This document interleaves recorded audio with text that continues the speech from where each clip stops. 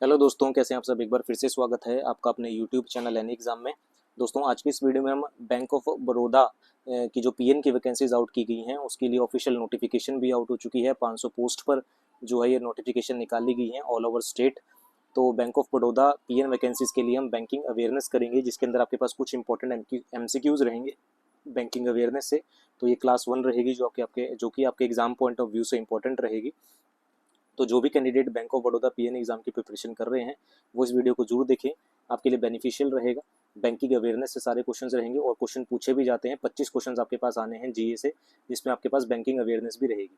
तो वीडियो के अंत तक जरूर देखिएगा। वीडियो पसंद आए तो इसे लाइक शेयर और इस एग्जाम की प्रिपरेशन के लिए चैनल को सब्सक्राइब करना मत भूलिएगा। फटाफट से बढ़ते हैं आज के पहले क्वेश्चन की ओर। तो स्क्रीन पर आपको पहला क्वेश्चन दिखाई दे रहा है। सारे के सारे क्वेश्चंस मोस्टली हिंदी में रहेंगे, लेकिन अगर आपको लगता है कि इंग्लिश में भी होना चाहिए क्वेश्चंस तो मैं इंग्लिश में भी आपको प्रोवाइड करवा दूंगा। तो फटाफट से पहले क्वेश्चन की ओर आते हैं। बोला गया है कि भारत में बचत बैंक खाता खोलने के लिए आवश्यक न्यूनतम आयु कितनी है। The minimum age required to open a saving bank account in India. तो जब आपको सेविंग बैंक अकाउंट खोलना होता है किसी भी बैंक में, तो आपकी न्यूनतम आयु जो है वो पूछ रहा है कि कितनी होनी चाहिए। 1 महीने की होनी चाहिए, 6 महीने, 5 साल, 8 साल, और एक ऑप्शन और है आपके पास नीचे, यानी कि 10 साल। तो जो आपकी एज है वो कितनी होनी चाहिए ये आपसे यहाँ पर पूछा गया है। ठीक है, इसके नीचे एक ऑप्शन और है 10 साल। तो जब आप एक न्यून बचत बैंक खाता खोलते हैं तो आपकी जो एज है वो कितनी होनी चाहिए, 10 साल होनी चाहिए, यानी कि 10 ईयर। तो कम से कम एज यानी कि सेविंग बैंक अकाउंट के लिए आपकी जो एज है वो कम से कम 10 साल यहाँ पर होनी चाहिए। ऑप्शन नंबर आपके पास जो है वो डी ई जो है वो करेक्ट हो जाएगा, 10 साल। ठीक है, एक ऑप्शन नीचे है वो आपको दिख नहीं होगा, मैं स्क्रॉल कर दूंगा जब उसका आंसर होगा। अगले क्वेश्चन की ओर आते हैं। अगला है वर्ष 2021 में, एक सेकंड रुकिएगा प्लीज। ठीक है, बोला गया है कि वर्ष डैश में पहली बार भारत में बैंकों की बीमा व्यवसाय करने की अनुमति दी गई। तो in year dash bank in India were permitted to do insurance business for the first time. तो कौन से साल में बैंकों को पहली बार बीमा व्यवसाय यानी कि आपके पास जो है वो इंश्योरेंस बिजनेस करने की अनुमति दी गई थी, कौन से साल में, तो ये गई थी 2002 में। ऑप्शन नंबर आपके पास ए आंसर इसका हो जाएगा। अगले क्वेश्चन की ओर आते हैं।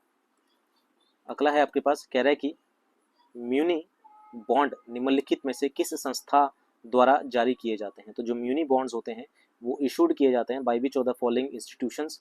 तो म्यूनी बॉन्ड जो है वो एक आपके पास स्थानीय सरकार यानी कि ऑप्शन नंबर ए करेक्ट हो जाएगा, यानी कि लोकल गवर्नमेंट के द्वारा जो है वो म्यूनी बॉन्ड्स जो है वो इशू किए जाते हैं। ऑप्शन नंबर ए इसका करेक्ट हो जाएगा। अगला क्वेश्चन है आपके पास, बोला गया है कि इंपीरियल बैंक ऑफ इंडिया के गठन के लिए कितने बैंकों का विलय किया गया था।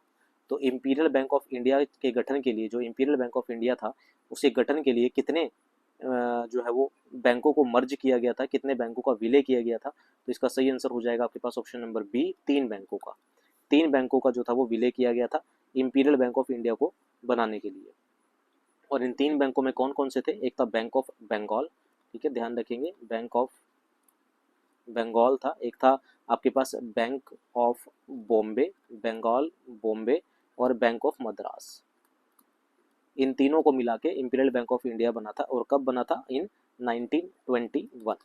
ठीक है, और यही इंपीरियल बैंक ऑफ इंडिया आगे जाके 1955 में क्या बना, एसबीआई बना। ठीक है, अगले क्वेश्चन की ओर आते हैं।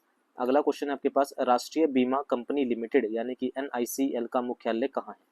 तो एनआईसीएल का मुख्यालय यहाँ पर पूछा गया है कि राष्ट्रीय बीमा कंपनी लिमिटेड यानी कि नेशनल इंश्योरेंस कंपनी लिमिटेड का मुख्यालय कहाँ पर है, ये कोलकाता में है। ऑप्शन नंबर आपके पास डी करेक्ट हो जाएगा।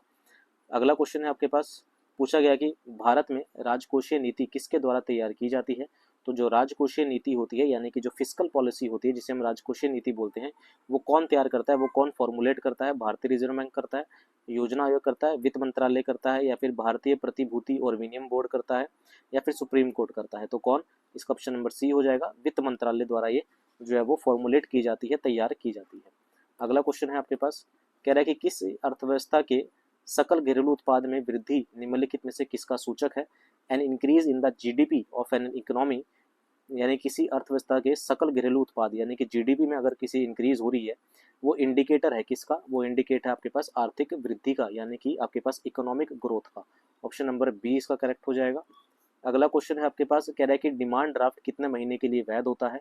तो जो डिमांड ड्राफ्ट होता है वो कितने टाइम के लिए वैलिड होता है, 1 महीने के लिए, 3 महीने के लिए, 6 महीने, 9 या फिर 12। तो कितने महीने के लिए वैलिड होता है, तो वो वैलिड होता है आपके पास ऑप्शन नंबर बी, 3 महीने के लिए जो है वो डिमांड ड्राफ्ट, जिसे हम डीडी बोलते हैं, वो वैलिड होता है। अगला क्वेश्चन है, बोला गया कि बैंक का अपने लक्ष्य स्तरों पर लाभ उत्पन्न करने में असमर्थता से संबंधित जोखिम को डैश के रूप में जाना जाता है। बोला गया कि the risk related to the banks inability to generate profits at its the target level is known as. तो इसे क्या कहा जाता है, इसे कहा जाता है मेरे पास व्यावसायिक जोखिम, यानी कि बिजनेस रिस्क इसे बोला जाता है। अगला क्वेश्चन है आपके पास, कहता है कि निम्नलिखित में से कौन सा कथन लघु वित्त बैंक के संदर्भ में सही है। Which of the following statements are true regarding small finance bank. तो जो लघु वित्त बैंक होते हैं, स्मॉल फाइनेंस बैंक होते हैं, उनके लिए कौन सा कथन जो है वो सही है। तो ये बड़े निगमों और समूह को ऋण देता है, बिल्कुल गलत है।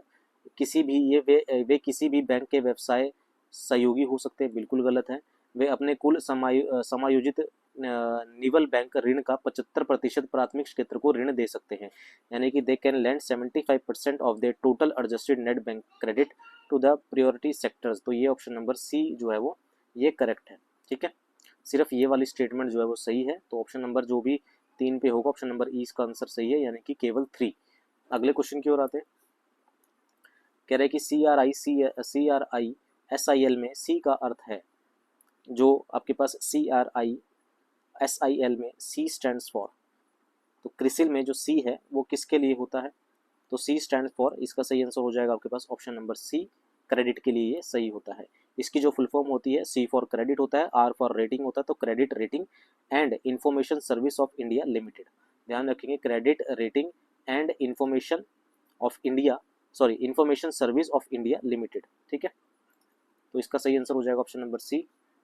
अगला है हमारे पास, भारत में डिजिटल भुगतान में सुधार के लिए निम्नलिखित में से किस समिति का गठन किया गया था। तो पूछा गया कि भारत में डिजिटल भुगतान में सुधार के लिए निम्नलिखित में से किस समिति का गठन किया गया था। विच of the following committee was formed for the improvement in digital payment in India. तो भारत में डिजिटल भुगतान के सुधार के लिए निम्नलिखित में से किस समिति का गठन किया गया था, तो ये किया गया था आपके पास option number A, Nandan Nilekani समिति। नंदन नीलेकणी समिति का जो था वो गठन किया गया था, ऑप्शन नंबर ए करेक्ट हो जाएगा इसका। अगला है, बीमा कंपनियों द्वारा एक निश्चित समय के अंतराल पर अपने ग्राहकों से वसूली की गई निश्चित राशि को क्या कहा जाता है। तो बीमा कंपनियां, the fixed amount collected by the insurance companies from its customer at a fixed interval of time is called. उसे क्या कहता है, जो आपको हर महीने चुकाना होता है या 6 महीने बाद चुकाना होता है, उसे क्या बोलते हैं, प्रीमियम बोला जाता है। ऑप्शन नंबर सी करेक्ट हो जाएगा। अगला है आपके पास, निम्नलिखित में से कौन सा संगठन भारत में सकल घरेलू उत्पाद की गणना करता है। जीडीपी की गणना, यानी कि जीडीपी की जो कैलकुलेट है वो कौन करता है, कौन सी ऑर्गेनाइजेशन करती है, तो वो हमारे पास राष्ट्रीय सांख्यिकी कार्यालय, यानी कि आपके पास नेशनल स्टैटिस्टिकल ऑफिस। कौन सा, राष्ट्रीय सांख्यिकी कार्यालय, नेशनल स्टैटिस्टिकल ऑफिसर जो है वो ऑप्शन नंबर ए करेक्ट हो जाएगा। अगला है, राष्ट्रीय आवास बैंक कब स्थापित किया गया था, यानी कि when was national house bank established. राष्ट्रीय आवास बैंक कब स्थापित किया गया था, तो ये किया गया था 9 जुलाई 1988 को ये स्थापित किया गया था, ऑप्शन नंबर ए करेक्ट हो जाएगा। तो ये थे आपके पास आज की वीडियो के 15 इंपॉर्टेंट क्वेश्चन, जो कि आपके पास जनरल अवेयरनेस से थे, सॉरी जनरल बैंकिंग से थे, जो कि जीए के अंदर ही आता है, जो कि 25 मार्क्स आपके पास पेपर में आएगा। उसमें से आप ये मान के चल सकते हैं कि 5 से 6 क्वेश्चन आपके पास बैंकिंग अवेयरनेस से रहने वाले हैं। ठीक है, तो ये बैंकिंग अवेयरनेस ही थी। उम्मीद है आपको ये वीडियो पसंद आई होगी, सेशन अच्छा लगा होगा। वीडियो पसंद आई है तो इसे लाइक, शेयर, और बैंक ऑफ बड़ौदा पीएन की एग्जाम की प्रिपरेशन के लिए चैनल को सब्सक्राइब करना मत भूलिएगा। लाइक जरूर कीजिएगा, अपना कमेंट करके बताइएगा कैसी लगी आपको वीडियो, तो ताकि हम आपके लिए और इंपॉर्टेंट वीडियोज़ लेके आते हैं। अभी के लिए इतना ही, मिलते हैं अगले पार्ट में। Thank you very much.